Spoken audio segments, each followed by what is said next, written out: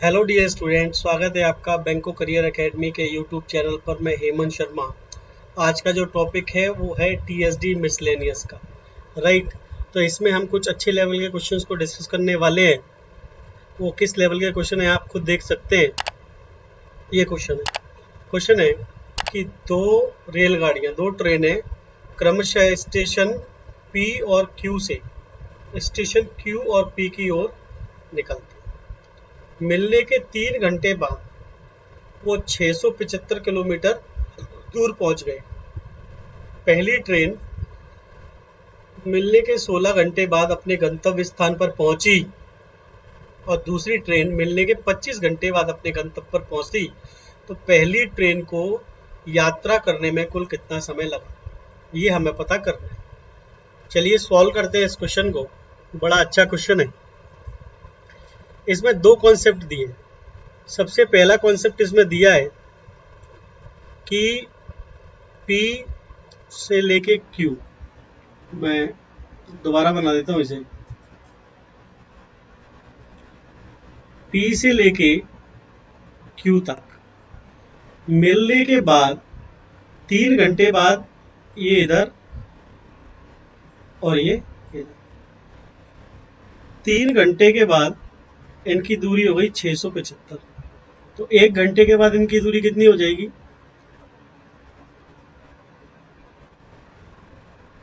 1 घंटे के बाद इनकी दूरी हो जाएगी 225 किलोमीटर, क्योंकि पहले कितनी थी 3 घंटे में?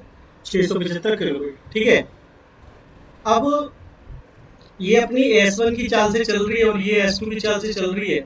तो इसका मतलब हो गया कि S1 प्लस S2, क्योंकि विपरीत दिशाएं हो गई, तो 225 माना जाएगा। एक तो हमें ये बात समझ में आ गई। ठीक है। दूसरी बात ये कह रही है कि P से लेके और Q तक मिलने के बाद इधर इसको 16 घंटे लगते हैं और इधर इसको 25 घंटे लगते हैं। तो इससे हमें SA upon SB under root में 25/16 यानी कि 5 और 4। तो अब मान लीजिए इसको, इसकी स्पीड 5x है, इसकी स्पीड 4x है। तो SA मतलब S1 और SB मतलब S2। तो आप इसे 1 और 2 ही लिख सकते हो। तो S1 प्लस S2 यानी कि 9x इक्वल टू हो गया 225, x इक्वल टू हो गया 25। जैसे ही x का मान आया तो ये आ गया 125 किलोमीटर पर आवर और ये आ गया 100 किलोमीटर। तुम्हारे पास एक वैल्यू आ गई कि पहली ट्रेन की चाल 125 किलोमीटर पर आवर है और दूसरी ट्रेन की चाल 100 किलोमीटर पर आवर। अब फिर से आगे चलते हैं कि S1 आपके पास है 125 किलोमीटर पर आवर,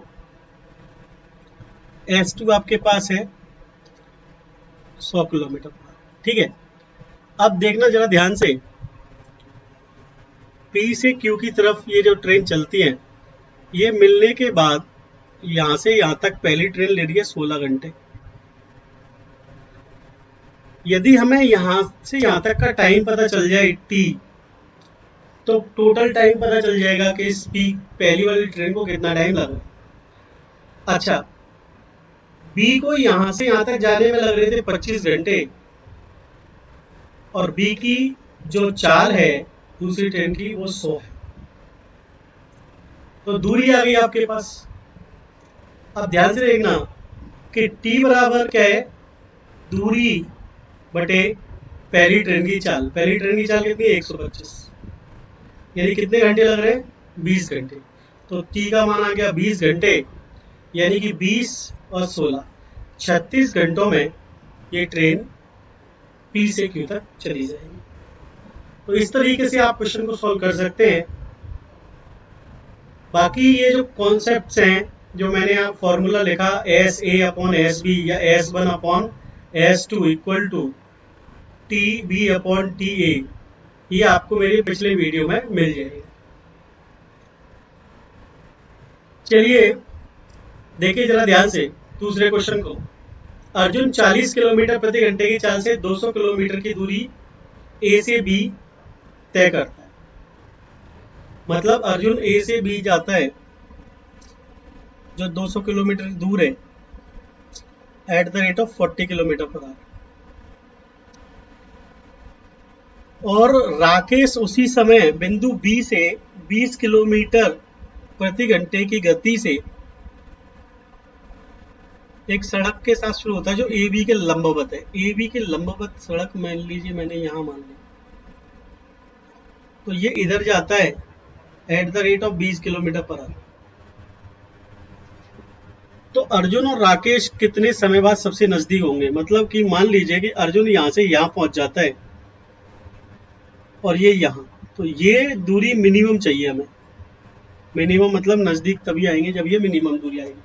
तो इसमें पाइथागोरस का कॉन्सेप्ट लगने वाला है, तो ये इतना डिफिकल्ट नहीं है, ये आसान है। आइए इसको भी सॉल्व हम कर लेते हैं। देखिए,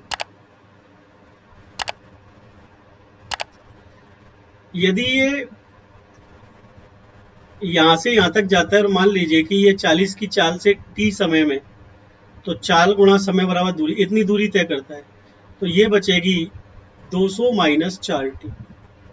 और उसी हिसाब से ये 20 की चाल से उतने ही समय में यहां पहुंच जाता है, यहां पर यहां। तो यहां से यहां तक की दूरी मिनिमम दिखानी है, तो इसका स्क्वायर प्लस इसका स्क्वायर बराबर इसका स्क्वायर होता है पाइथागोरस से। तो इसका स्क्वायर और इसका स्क्वायर मिनिमम कब आएगा वो हमें देखना है। तो हमें मिनिमम वैल्यू निकालनी है 200 माइनस ये 40t होगा, सॉरी 40t का स्क्वायर प्लस 20t के स्क्वायर का अंडर रूट, ये आपको मिनिमम वैल्यू निकालनी है। जैसे ये मिनिमम आई वैसे ही हमारा काम बन जाएगा। तो आप इसमें से 20 का स्क्वायर कॉमन ले लो, अंदर बचेगा 10 का स्क्वायर और 2t का होल स्क्वायर प्लस ये as it is. Square root मैंने इसलिए हटा दिया कि अंदर की वैल्यू यदि मिनिमम है तो स्क्वायर रूट मिनिमम आएगा। तो फाइनली हमें इसका ही मिनिमम निकालना है। 400 एक कांस्टेंट वैल्यू है और 20t का स्क्वायर यानी कि 400 आ जाएगा। 400 फिर से कॉमन ले लो, इसकी जरूरत हमें नहीं है, हमें सिर्फ 10 माइनस 2t का होल स्क्वायर और प्लस t के होल स्क्वायर का मिनिमम वैल्यू निकालना है इसका। तो ये हो गया a square plus b square minus 2ab 40, यानी आपके पास इक्वेशन आ जाएगी 5t square minus 40t plus a square plus b square plus 2ab 100। इसको आप काटोगे 5 से तो t square minus 8t plus 20। इसकी मिनिमम वैल्यू आप निकाल लो। इसकी मिनिमम वैल्यू काफी तरीके से निकाली जा सकती है। एक तो ये वर्ग समीकरण बन गया, तो उसके मिनिमम मैक्सिमा अच्छे से पता है आपको। नहीं पता तो आप इसी को ब्रेक कर लो, a square minus 2ab plus b square 16 ले लो और आप 4 अलग से ले लो। तो ये हो गया t माइनस 4 का होल स्क्वायर प्लस 4। ये कांस्टेंट वैल्यू है, इसे हटाओ, t माइनस 4 मिनिमम 0 मान लो, तो t इक्वल्स टू 4, यानी कि 4 घंटे बाद ये आपस में मिनिमम वैल्यू देंगे। तो ये हो गया इसका सॉल्यूशन इक्वेशन के थ्रू। और यदि आप पाइथागोरस थ्योरम लगाना चाहते हो तो आप ध्यान दें, ऑप्शन से ही कर सकते हो, 200 माइनस 40t और 20t। ऑप्शन से आप वैल्यू पुट कर करके देख लो, जो इसकी value minimum they they that will be your answer. चलिए आइए चलते हैं अगले क्वेश्चन की तरफ। अगला क्वेश्चन है, 3 कारें बराबर समय अंतराल में B को A के लिए छोड़ देती है। मतलब कि 3 कार एक साथ निकलती हैं A से और B की तरफ चल पड़ती हैं। वे B तक एक साथ पहुंचती हैं और फिर पॉइंट C के लिए प्रस्थान करती हैं। B से फिर C के लिए चलती हैं। जो बी से 240 किलोमीटर दूर है, पहली कार दूसरी कार के 1 घंटे बाद पहुंचती है और तीसरी कार सी पर पहुंचती है और तुरंत ये बी होना चाहिए, बी की ओर मुड़ जाती है। पहली कार तीसरी कार से 80 किलोमीटर की दूर एक बिंदु पर मिलती है। तो पहली और तीसरी कार की गति में क्या अंतर है, ये बताना है। बहुत अच्छा प्रश्न है, बहुत ही शानदार क्वेश्चन है, इसको हमें सॉल्व करना है। मतलब इसका ये है कि कार 1, कार 2 और कार 3 ये बिंदु ए से निकलती है और बी तक, मतलब कि ये यहाँ पर एक साथ पहुंचती है। हालांकि इनकी स्पीड के हिसाब से इनको समय अलग अलग लगता है, लेकिन पहुंच गई। इसके बाद ये सी के लिए निकलती है, ये 240 किलोमीटर दूर है। तो सबसे पहले पहुंचेगी बी, C2 कार पहुंचेगी। उसके 1 घंटे बाद, यानी इसको टी समय लगा तो इसको 1 घंटे बाद न लगा। और सी का क्या है कि सी पहुंची और पहुंच के वापस पलट गई, तो वो ए को यहाँ पर मिलती है 80 किलोमीटर दूर। सी यहाँ से यहाँ तक और ए, तो ये सी और ए को 80 किलोमीटर दूर मिलती है। ये है क्वेश्चन। अब इस क्वेश्चन को सोल्व करने के लिए जब हमें सारी चीज़ों का पता चल गया तो हम इसे आसानी से सॉल्व कर सकते हैं बिना किसी टेंशन के। देखिए अब मैं इसे मिटाने जा रहा हूँ और ध्यान से देखिए इसमें जो वैल्यूज दिए हैं वो कि B से C तक की दूरी 240 थी। तो जब पहली कार यहां पर पहुंचेगी तब तीसरी कार C से लौटकर उसको यहां पर मिल जाएगी 80 किलोमीटर दूर। मतलब कि C1 और C3 की बात करें तो 240 प्लस 80, जितने समय में ये चलेगी उतने ही समय में ये चलेगी 240 माइनस 80, यानी 160 और 320। तो इनकी चालों का जो अनुपात है वो कुछ इस तरह से हो जाएगा कि जितनी दूरी तय करेंगी उतनी इनकी चालों का अनुपात हो जाएगा। तो C1 और C की चालों का अनुपात 1:2 हो जाएगा।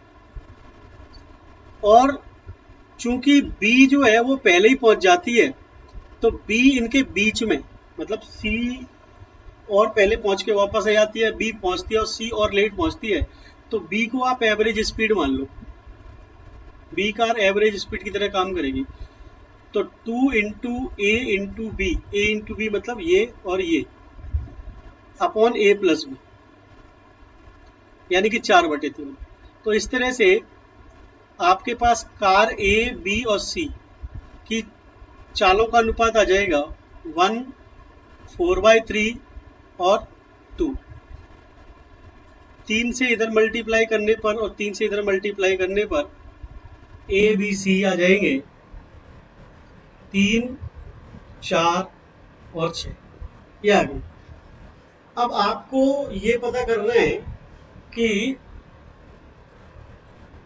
B से C तक पहले कार दूसरी पहुंचती है और उसके 1 घंटे बाद पहुंचती है पहली। तो इन दोनों से देखना है कि इनमें जो दूरी है, दूरी 240 है। मैं थोड़ा सा स्पेस बना देता हूं फिर से यहां पर।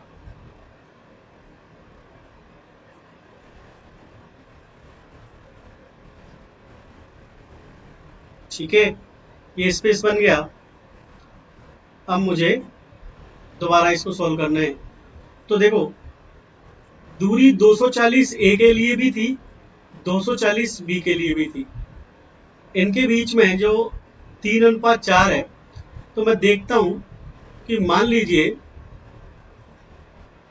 1 घंटे का डिफरेंस है, तो 1 घंटे का अंतर आता है। तो इसको हमने मान लिया कि ये 180 चल रही है, तब C वहां से टर्न लेती है। तो 180 और 240 में 60 का फर्क है। मान लीजिए मैं 60 से डिवाइड करता हूं इसको, तो 4 घंटे लगे। ठीक है, और इसको कितने घंटे लगने चाहिए? 60 से, तो इसको काटो आप, 80 से 8 दिए 40, 3 घंटे लगे। तो ये 1 घंटे का फर्क आ गया इसमें, मतलब कि ए और बी की चालों का अनुपात 4-3 है, 3-4 है, तो समय का अनुपात 4-3 होना चाहिए, मतलब कि समय उल्टा होना चाहिए। जब दूरी समान होती है तो ऐसे ही होता है। तो हमने ए की चाल को 60 कंसीडर किया और बी की चाल को 80 कंसीडर किया। तो इसका मतलब इसमें 20 का गुणा कर दो तो ये 60 हो जाएगी, इसमें 20 का गुणा कर दो ये 80 हो जाएगी, इसमें 20 का गुणा कर दो 120 हो जाएगी। तो तीनों की चालें अब आपके सामने आ चुकी हैं। कितना? 60, 80 और 120। अब पूछा कि इनमें अंतर कितने का है, तो 60 और 120 में अंतर हो जाएगा 60 किलोमीटर पर आवर, यानी कि आपका आंसर है। तो थोड़ा सा कंसीडरेशन करना होता है, अदरवाइज क्वेश्चन बड़ा लंबा हो जाता है, इक्वेशंस लंबी हो जाती है, एक एक स्टेप को सॉल्व करना इतनी जल्दी पॉसिबल नहीं हो पाता है। तो चीजों को आप कंसीडर करो और रेशो के हिसाब से आप आंसर निकाल लो, इस तरह से सारे क्वेश्चन सॉल्व हो जाते हैं। तो आज के लिए तो मैं इतने ही क्वेश्चन लेके आया हूँ आपको ये समझाने के लिए कि जो अगला वीडियो आने वाला है मेरा, वो इसी तरह के क्वेश्चंस पे आने वाला है। तो पहले तो मैं आपको समझाऊंगा प्रॉपर डिटेल में कि कैसे क्वेश्चंस को हम लोग अप्रोच करते हैं, लेकिन वो सॉल्यूशन नहीं होता कॉम्पिटेटिव एग्जाम के बेसिस पर। तो शॉर्टकट भी इनपुट होंगे, कोशिश करूंगा शॉर्टकट में ही मैं आपको उनको समझा पाऊं। तो आज के लिए डियर स्टूडेंट इतना ही। बाकी सॉल्यूशन को क्या कंटिन्यू कर रहे हैं, सॉल्यूशन इज डन नाउ। ठीक है, okay, thank you very much.